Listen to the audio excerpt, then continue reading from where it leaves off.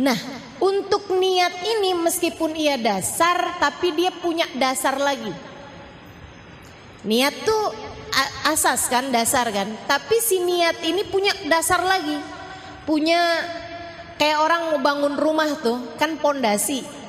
Tapi pondasi itu kan juga harus dibangun di atas tanah. Betul gak? Bikin pondasi di atas laut, terus di atas lumpur, ya goyang, bisa bertahan cuman berapa waktu aja, lama-lama hancur juga, gitu ya. Jadi niat itu pondasi. Nah, pondasi itu punya dasar lagi, punya tempat awalnya. Apa tuh tempat awalnya? Namanya persepsi kalau dalam istilah bahasa orang sekarang, atau namanya bahasa Indonesianya sudut pandang, gitu ya. Kalau dalam bahasa Arab namanya masyhad.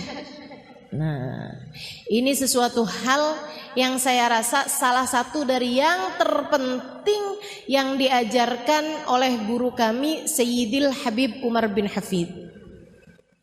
Dalam istilah kami para santri, seperti yang disampaikan Habib Umar bin Hafid, namanya masyhad. Atau kalau dalam istilah yang lebih familiar di telinga kita, namanya adh-dhann, namanya persangkaan. Ini yang katanya Nabi Muhammad sallallahu alaihi wasallam, khaslatan laisa fawqahuma syai'un minal khair husnudzan billah wa husnudzan bi ibadillah, wa khaslatan laisa fihima syai'un minasyarr su'udzan billah wa su'udzan bi ibadillah. Kata Nabi Muhammad, dua perkara, nggak ada lagi kebaikan lebih baik daripada dua perkara ini. Apa tuh Rasul? Dua sifat kata Nabi. Nggak ada lagi kebaikan lebih baik daripada dua sifat ini. Nggak ada sifat lebih baik daripada dua sifat ini, yaitu baik persangkaan kepada Allah yang pertama, yang kedua baik persangkaan kepada hambanya Allah. Nah, Nabi sebut lagi khaslatan laisa fawqahuma syai'un minasyarr. Dua sifat, enggak ada sifat lebih buruk lagi daripada itu. Apa tuh Rasul? Su'udzan billah, su'udzan bi ibadillah, buruk persangkaan kepada Allah, buruk persangkaan kepada Rasulullah. Itu. Jadi teman-teman sekalian, hal paling mendasar dalam hidup kita adalah niat. Tapi si niat itu juga punya dasar lagi gitu. Orang bisa punya niat baik kalau punya hal ini nih. Orang punya niat jelek kalau dia punya ini juga. Apa itu? Persepsi, cara pandang, gitu ya. Dzunun, persangkaan. Makanya teman-teman sekalian, hati-hati terhadap persangkaanmu. Hati-hati terhadap cara pandangmu. Hati-hati terhadap persepsimu. Tahu kalau saya boleh gampangin bahasanya, hati-hati terhadap sudut pandang, maksudnya adalah hati-hati dalam hidupmu terhadap fokusmu. Kamu mau fokusnya kemana? Karena hidup ini dengan segala macam permasalahannya itu seperti mata uang, selalu punya dua sisi, positif, negatif. Nah, kamu maunya fokusnya kepada yang mana? Gitu. Itu tuh akan melahirkan niat. Niat melahirkan tindakan. Tindakan melahirkan perbuatan. Perbuatan melahirkan kebiasaan. Kebiasaan melahirkan karakter dalam hidupmu, menjadikan hidupmu ini hidup yang kayak gimana gitu. Semuanya tuh bermula dari niat, teman-teman saya sekalian. Kalau teman-teman lihat Halimah Al-Idrus punya karakter. Apa karakter saya? Ustazah. Kan begitu? Halo?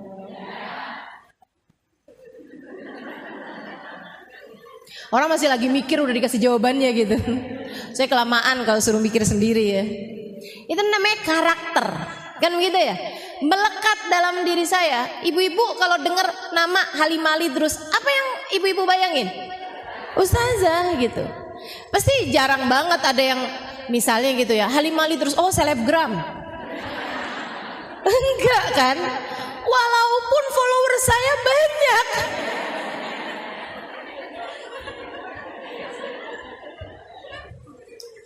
Walaupun follower saya di Instagram banyak, tapi nggak ada orang nyebut saya sebagai seorang selebgram. Nggak ada gitu. Orang tuh udah erat kaitannya Halimah Ali terus ustazah gitu. Nggak ada orang nyebut saya kayak misalnya gitu ya, Halimah Ali terus oh YouTuber. Walaupun YouTube saya sampai sempet dihack gitu ya. Kalau nggak karena aktif di YouTube kan nggak sampai ada yang ngehack kan, gitu ya teman-teman sekalian. Tapi nggak ada gitu orang nyebut saya sebagai YouTuber gitu. Orang nyebutnya Halimah Ali Idrus adalah ustazah. Itu namanya karakter. Nah, kenapa saya jadi ustazah? Karakter itu terbentuk kenapa? Karena adanya kebiasaan. Apa kebiasaan saya? Mengajar. Iya kan? Kalau kebiasaan saya nyapu, orang gak akan sebut saya sebagai seorang selebgram, sebagai seorang ustazah gitu. Kalau kebiasaan saya adalah memasak misalnya gitu ya, saya bukan ustazah akan tetapi seorang koki. Bukan artinya saya nggak pernah masak, bukan artinya saya nggak pernah nyapu, gitu ya. Akan tetapi itu semua tidak menjadi sesuatu hal yang kebiasaan yang saya lakukan. Kan begitu, gitu ya. Karena saya punya kebiasaan mengajar, saya punya karakter ustazah. Kan begitu? Nih ujungnya nih karakter ustazah. Nah sebelum jadi sebuah karakter itu jadi kebiasaan dulu mengajar. Dari zaman kapan ustazah mengajar? Itu tadi tuh di Asofa aja 2003. Kurang lama apa saya ngajarnya? Dan itu bukan kali pertama saya ngajar di tempatnya Ustazah Fatimah Segaf nih teman-teman, yang waktu itu belum jadi ustazah gitu ya. Itu bukan kali pertama saya mengajar. Kapan kali pertama saya mengajar? Sebelum itu kapan? Tahun awal kali saya diminta mengajar itu justru oleh seorang perempuan yang saya rasa paling banyak mengubah hidup saya, Hubabah Nur bintil Habib Muhammad bin Abdullah Al-Haddad. Tahun 2000 doang.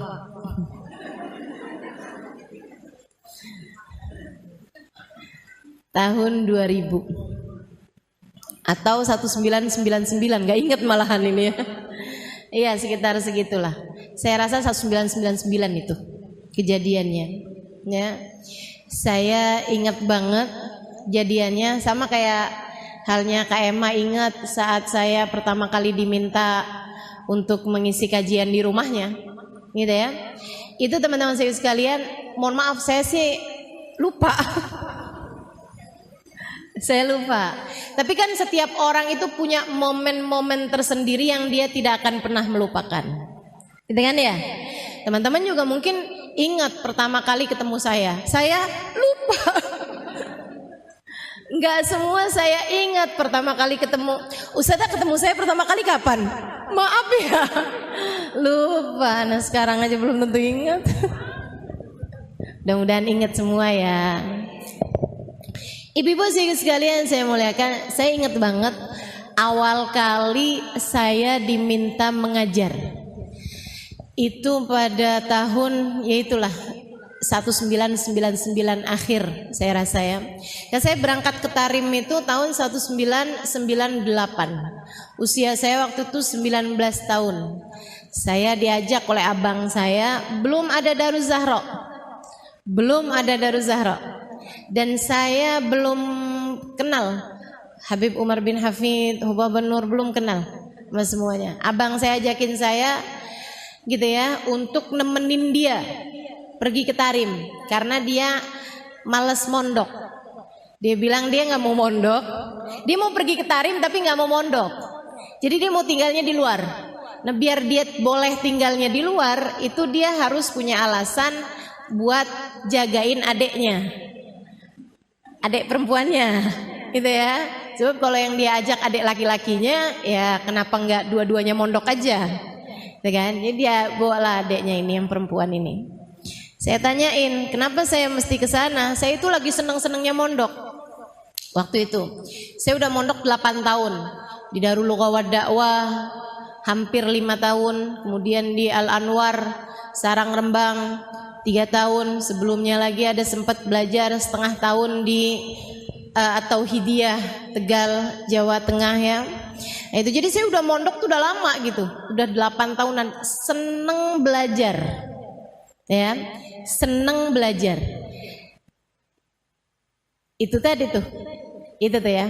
Namanya itu karakter, teman-teman sekalian, yang terbangun karena kebiasaan. Nah, kebiasaan ini tadi terbangun karena awal mulanya adalah tindakan memutuskan diri untuk pesantren, gitu kan. Kemudian selama di pesantren saya punya kebiasaan belajar dan saya seneng sama kebiasaan tersebut. Lagi seneng-senengnya mondok di pondok pesantren, abang saya ajakin, udah memang mau lulusan itu ya.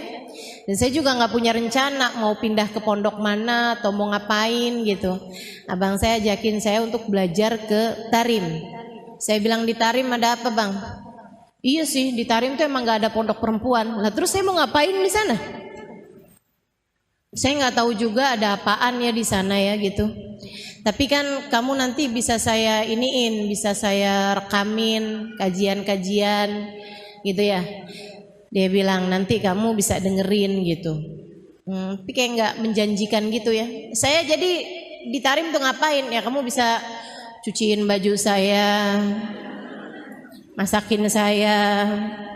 Itu kayak agak jadi TKW bukan? Kayak nggak menjanjikan gitu.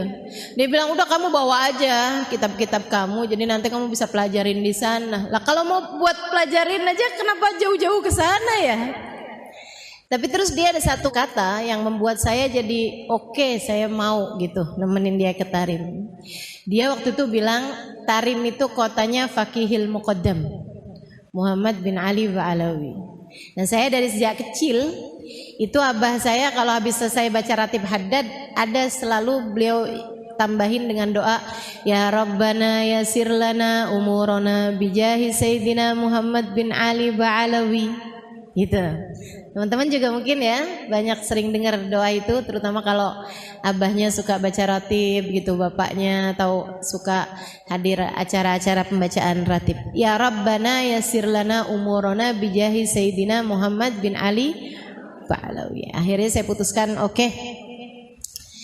Saya rasa kayaknya saya udah deket gitu sama Sayyidina Muhammad bin Ali Ba'alawi ya. Jadi akhirnya saya putuskan untuk baiklah bismillah yuk kita berangkat. Berangkat di sana beneran ternyata belum ada pondok pesantren perempuan gitu ya. Yang ada baru Madrasah Daruz Zahra. Tapi waktu awal saya ke sana itu ada 2 orang yang tinggal di dalam madrasah tersebut. Karena dia tinggal tempatnya jauh, jadi 2 orang Arab tinggal di sana. Dan jadi saya itu kalau boleh dibilang tinggal pertama di Daruz Zahra itu perempuan ketiga. Perempuan ketiga yang tinggal di Daruz Zahra ya. Dan juga perempuan pertama yang dari Asia yang tinggal di pondok pesantren Daruz Zahra.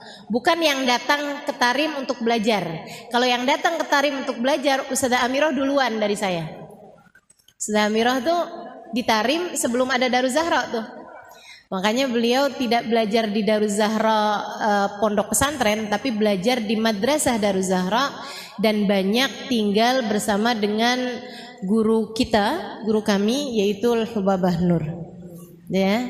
Kayak luar biasa tuh, langsung sama Hubabah Nur, Ustazah Amirah itu. Teman-teman sekalian, saya pun mulai tuh sering datang ke Daruz Zahra gitu ya. Nggak ngerti pertamanya. Orang Arab itu ngomongnya, orang Arab Tarim ngomong bahasa Arabnya ini banget tuh. Aneh gitu. Bahasa Arabnya banyak diubah-ubah.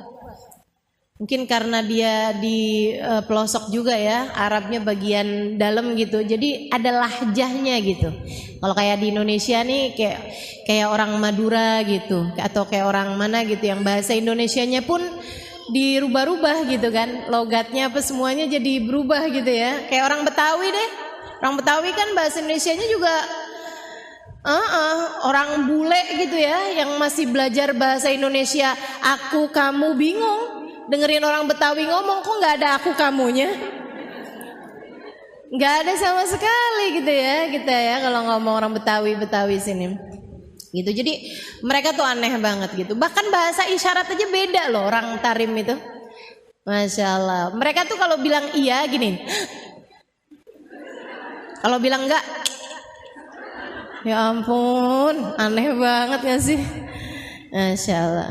Teman-teman sekalian, habis setahun saya tinggal di Tarim, saya udah kayak setengah tahun belajar di Tarim, saya udah mulai bisa ngobrol sama orang-orang Arab sana ya. Padahal waktu itu saya udah ketika berangkat itu saya udah bisa baca kitab Gundul. Karena saya mondok 8 tahun di Indonesia, saya udah bisa baca kitab Gundul dari sejak sebelum berangkat ke Tarim. Tapi di Tarim tuh saya belajar bahasanya dari awal lagi, belajar bahasa Arab percakapan ya, bersama dengan mereka tuh dari awal lagi gitu. Dengerin kajian juga kayak dari awal lagi, kayak dari nol, bener-bener nggak ngerti gitu. Teman-teman sekalian, sampai terus dapat sebulan, mulai ada banyak kata-kata yang bisa saya pelajari gitu. Mulain lagi 2 bulan, 3 bulan, 4 bulan, 5 bulan, 6 bulan tuh saya merasa udah mulai bisa ngobrol ya sama orang Arab. Tapi kalau suruh ngajar ya masih susah juga gitu kan.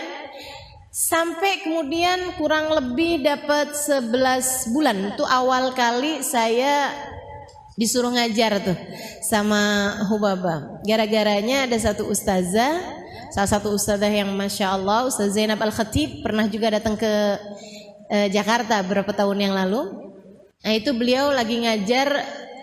Saya senang banget hadir kajian beliau sirah Nabi, sejarah Nabi. Itu dia bisa nyeritain detil-ketil tahun kejadian, waktu kejadian, nama-nama tempat, kota-kota, sama petanya tuh dia bisa gambarin kejadiannya tuh di daerah sini. Ini nih deketnya sama daerah sini. Itu luar biasa sekali ya kekuatan memorinya ya. Orang Arab nih emang nggak banyak dosa, makanya nginget-nginget sesuatu jadi cepet banget gitu. Orang kita nih kebanyakan dosa, gampangan lupa. Akhirnya teman-teman, ada satu waktu Ustazah Zainab ngajarin fikih. Nah nih, kalau urusan fikih itu saya memang waktu di Sarang Rembang di Al Anwar itu pelajaran paling banyak yang saya pelajari adalah fikih. Makanya teman-teman kalau belajar fikih dari saya nggak usah merasa kayak yang bener nggak sih ini ustazah nyampein, nggak usah, percuma. Kok lain ya sama yang diajarin sama siapa misalnya gitu ya, nggak usah teman-teman, nggak usah ngerasa yang bener nggak sih ini ustazah nyampein. Tenang. Kamu tinggal nanyain aja, ustazah itu adanya di kitab apa, itu pendapatnya ulama siapa gitu kan. Ya, saya akan mampu mempertanggungjawabkan semua apa yang saya sampaikan. Karena saya belajar fikih itu bukan sebentar. Saya itu nyaris hafal semua isi kitab I'anatut Thalibin ala Syarhi Fathil Mu'in, dan itu 4 jilid yang